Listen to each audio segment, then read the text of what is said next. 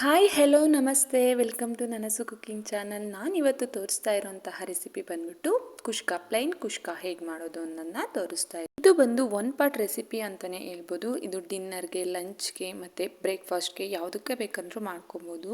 ಇದು ಹೇಗೆ ಮಾಡೋದು ಅಂತ ತೋರಿಸೋದಕ್ಕಿಂತ ಮುಂಚೆ ಪ್ಲೀಸ್ ಚಾನಲ್ನ ಸಬ್ಸ್ಕ್ರೈಬ್ ಮಾಡ್ಕೊಂಡು ಪೂರ್ತಿಯಾಗಿ ವಿಡಿಯೋಸ್ನ ನೋಡಿ. ವಿಡಿಯೋ ಇಷ್ಟ ಆದರೆ ಲೈಕ್ ಮಾಡಿ, ಶೇರ್ ಮಾಡಿ, ಕಮೆಂಟ್ ಮಾಡಿ. ಮಾಡೋದು ಹೇಗೆ ಅಂತ ನೋಡ್ಕೊಬರೋಣ. ಮೊದಲನೇದಾಗಿ ನಾನಿಲ್ಲಿ ಅಕ್ಕಿಯನ್ನು ವಾಶ್ ಮಾಡಿ ನೆನೆ ಹಾಕಿ ಇಟ್ಕೊಂಡಿದ್ದೀನಿ. ಇದು 2 ಗ್ಲಾಸ್ ಆಗುವಷ್ಟು ಅಕ್ಕಿ ಇದೆ. ಮತ್ತು ಒಗ್ಗರಣೆಗೆ ಉದ್ದವಾಗಿ ಹೆಚ್ಕೊಂಡಿರೋ ಈರುಳ್ಳಿ, ಸಣ್ಣದಾಗಿ ಹೆಚ್ಕೊಂಡಿರೋ ಟೊಮೊಟೊ ಮತ್ತು ಎಣ್ಣೆ, ನೆಕ್ಸ್ಟು ಚಕ್ಕೆ, ಲವಂಗ, ಮರಾಠ ಮೊಗ್ಗು ಮತ್ತು ಸೋಂಪು ಮತ್ತು ಪಲಾವ್ ಎಲೆಯನ್ನು ತೊಗೊಂಡಿದ್ದೀನಿ. ನೆಕ್ಸ್ಟ್ ಮಸಾಲೆಗೆ ಏನು ಬೇಕು ಅನ್ನೋದನ್ನ ನೋಡೋಣ.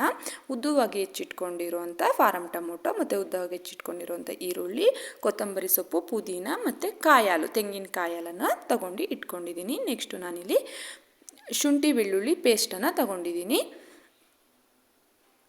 ನೆಕ್ಸ್ಟು ಖಾರಕ್ಕೆ ಒಣಮೆಣ್ಸಿನ್ಕಾಯಿಯನ್ನು ತೊಗೊಂಡಿದ್ದೀನಿ, 6ರಿಂದ 7 ಒಣಮೆಣ್ಸಿನ್ಕಾಯಿ. ನೆಕ್ಸ್ಟು ರುಚಿಗೆ ತಕ್ಕಷ್ಟು ಉಪ್ಪು ಮತ್ತು ಮಸಾಲೆಗೆ ಬೇಕಾದಂತಹ ಸ್ಪೈಸಸ್ನ ತೊಗೊಂಡಿದ್ದೀನಿ. ಇಲ್ಲೂ ಅಷ್ಟೇ ಚಕ್ಕೆ, ಲವಂಗ, ಮರಾಠ ಮೊಗ್ಗು ಮತ್ತು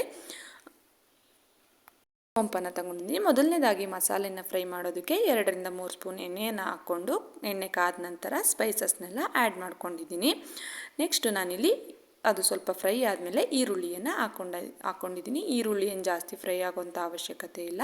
ಮತ್ತು ನೆಕ್ಸ್ಟು ಟೊಮೊಟೊನೂ ಅಷ್ಟೇ ಫ್ರೈ ಮಾಡ್ಕೊಂಡಿದ್ದೀನಿ. ನೆಕ್ಸ್ಟ್ ಅದಕ್ಕೆ ಒಣಮೆಣ್ಸಿನ್ಕಾಯನ್ನು ಹಾಕ್ಕೊಂಡಿದ್ದೀನಿ. ಬೇಕಂದರೆ ಹಸಿಮೆಣ್ಸಿನ್ಕಾಯಿ ಯೂಸ್ ಮಾಡ್ಕೋಬೋದು. ಮತ್ತು ಕೊತ್ತಂಬರಿ ಸೊಪ್ಪು, ಪುದೀನನ ಆ್ಯಡ್ ಮಾಡ್ಕೊಂಡಿದ್ದೀನಿ. ಇದು ಜಾಸ್ತಿ ಏನು ಫ್ರೈ ಮಾಡ್ಕೊಳ್ಳೋಂಥ ಅವಶ್ಯಕತೆ ಇಲ್ಲ. ಸ್ವಲ್ಪ ಬಾಡಿಸ್ಕೊಂಡ್ರೆ ಮತ್ತು ಪುದೀನದು ಹಸಿ ವಾಸನೆ ಹೋಗೋವರೆಗೂ ಹುರ್ಕೊಂಡ್ರೆ ಸಾಕಾಗುತ್ತೆ. ನೆಕ್ಸ್ಟ್ ನಾನಿಲ್ಲಿ ಕುಷ್ಕ ಹೇಗೆ ಮಾಡೋದಂತ ತೋರಿಸ್ತೀನಿ. ಒಂದು ಕುಕ್ಕರನ್ನು ಬಿಸಿಗಿಟ್ಟು ಎಣ್ಣೆಯನ್ನು ಹಾಕ್ಕೊಂಡಿದ್ದೀನಿ. 250 ಗ್ರಾಮಷ್ಟು ಎಣ್ಣೆಯನ್ನು ಹಾಕ್ಕೊಂಡಿದ್ದೀನಿ. ಮತ್ತು ಒಗ್ಗರಣೆಗೆ ಸ್ಪೈಸಸ್ನೆಲ್ಲ ಹಾಕ್ಕೊತಾ ಇದ್ದೀನಿ.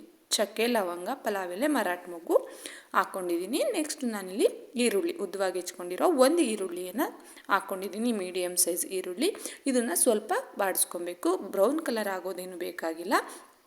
ನೆಕ್ಸ್ಟು ಸಣ್ಣದಾಗಿ ಹೆಚ್ಕೊಂಡಿರೋವಂಥ ಟೊಮೊಟೊನ ಹಾಕ್ಕೊಂಡಿದ್ದೀನಿ. ಇವಾಗ ನೆಕ್ಸ್ಟು ಶುಂಠಿ ಬೆಳ್ಳುಳ್ಳಿ ಪೇಸ್ಟನ್ನು ಹಾಕ್ಕೊತಾ ಇದ್ದೀನಿ. ಶುಂಠಿ ಬೆಳ್ಳುಳ್ಳಿ ಪೇಸ್ಟು ಅಷ್ಟೇ ಸ್ವಲ್ಪ ಜಾಸ್ತಿ ಪ್ರಮಾಣದಲ್ಲೇ ತೊಗೊಬೇಕಾಗುತ್ತೆ. 3ರಿಂದ 4 ಟೇಬಲ್ ಸ್ಪೂನಷ್ಟು ಬೇಕಾಗುತ್ತೆ. ಇವಾಗ ನೋಡ್ತಾ ಇರ್ಬೋದು, ಇದೆಲ್ಲ ಸ್ವಲ್ಪ ಫ್ರೈ ಮಾಡ್ಕೊಬೇಕು. ಸಣ್ಣ ಉರಿನಲ್ಲೇ, ಆದಷ್ಟು ನೀವು ಸಣ್ಣ ಉರಿನಲ್ಲೇ ಮಾಡ್ಕೊಬೇಕು. ಜಾಸ್ತಿ ಉರಿ ಇಟ್ಟರೆ ಸೀದೋಗೋಂಥ ಚಾನ್ಸಸ್ ಇರುತ್ತೆ. ಆದ್ದರಿಂದ ಲೋ ಫ್ಲೇಮಲ್ಲಿ ನಾವು ನಿಧಾನವಾಗಿ ಕೈ ಆಡಿಸ್ಕೊಂಡು ಇದನ್ನೆಲ್ಲ ಹುರ್ಕೊಬೇಕಾಗುತ್ತೆ.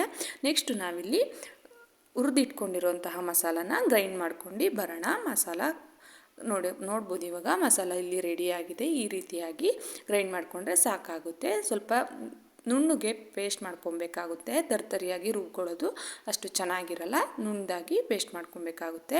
ಇಲ್ಲಿ ನೆಕ್ಸ್ಟು ನಾನಿಲ್ಲಿ ಒಗ್ಗರಣೆಗೆ ಬೇಯೋದಕ್ಕೆ ಇಟ್ಟಿದ್ನಲ್ಲ, ಅದು ರೆಡಿಯಾಗಿದೆ. ನೆಕ್ಸ್ಟ್ ನಾನಿಲ್ಲಿ ರುಬ್ಕೊಂಡಿರೋಂಥ ಮಸಾಲೆನ ಇದಕ್ಕೆ ಹಾಕ್ಕೊತಾ ಇದ್ದೀನಿ.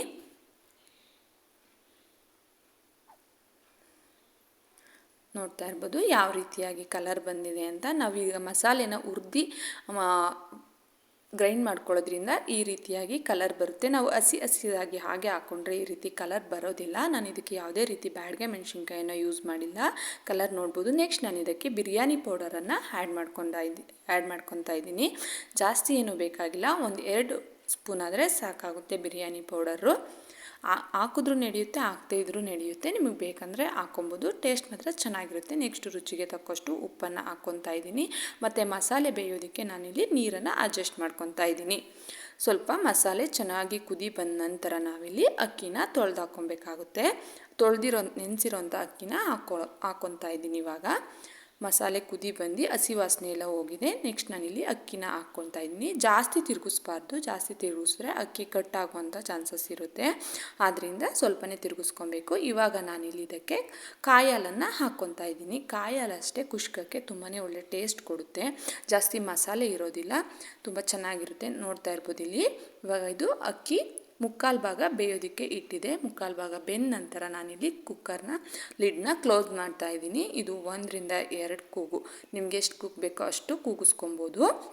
ನಾನಿಲ್ಲಿ 1 ಕೂಗು ಬರ್ಸ್ಕೊಂಡಿದ್ದೀನಿ. ಮತ್ತು ವಿಜಲ್ ಬಿಟ್ಟ ನಂತರ ನೋಡ್ತಾ ಇರ್ಬೋದು ನೀವಿಲ್ಲಿ ಕುಷ್ಕ ಯಾವ ರೀತಿ ಕಲರ್ ಬಂದಿದೆ, ಯಾವ ರೀತಿ ಆಗಿದೆ ಅಂತ. ತುಂಬ ಟೇಸ್ಟಾಗಿರುತ್ತೆ.